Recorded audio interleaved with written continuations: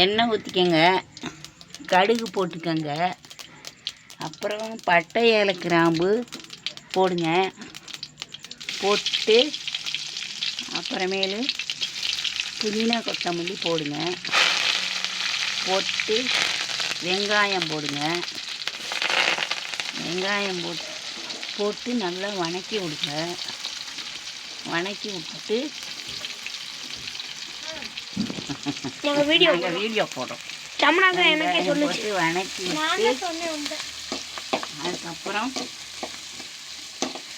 தக்காளி போடுங்க.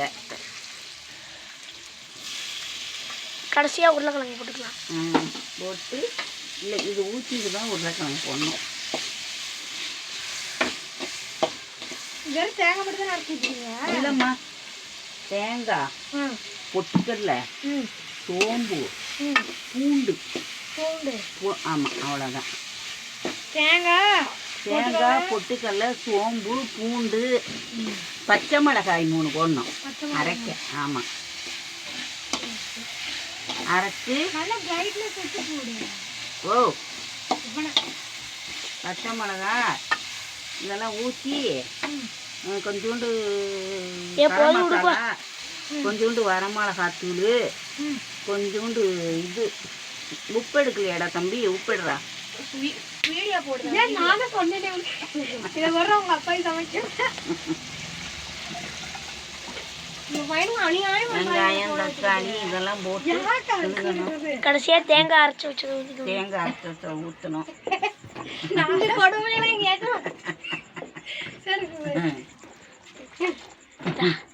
கடைசியாக உருளைக்கிழங்கு பூவாளி ஆறு போய் கிடக்குது. பூவாளி ஆறு போய் அது எப்ப நாறு போய் கிடக்குது? அதை நாத்தமாக பிடிச்சி போய் கிடக்குது. மீடியம் சைஸுக்கு உப்பு போட்டுக்கோங்க. உப்பு கொஞ்சம் போட்டுக்கணும்.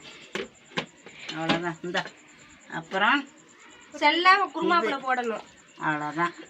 இன்னும் கொஞ்சம் தண்ணி மோடுறேன். அம்மாவுக்கு சொல்லு. மோர் கொஞ்சம். அவ்வளோதான்டா.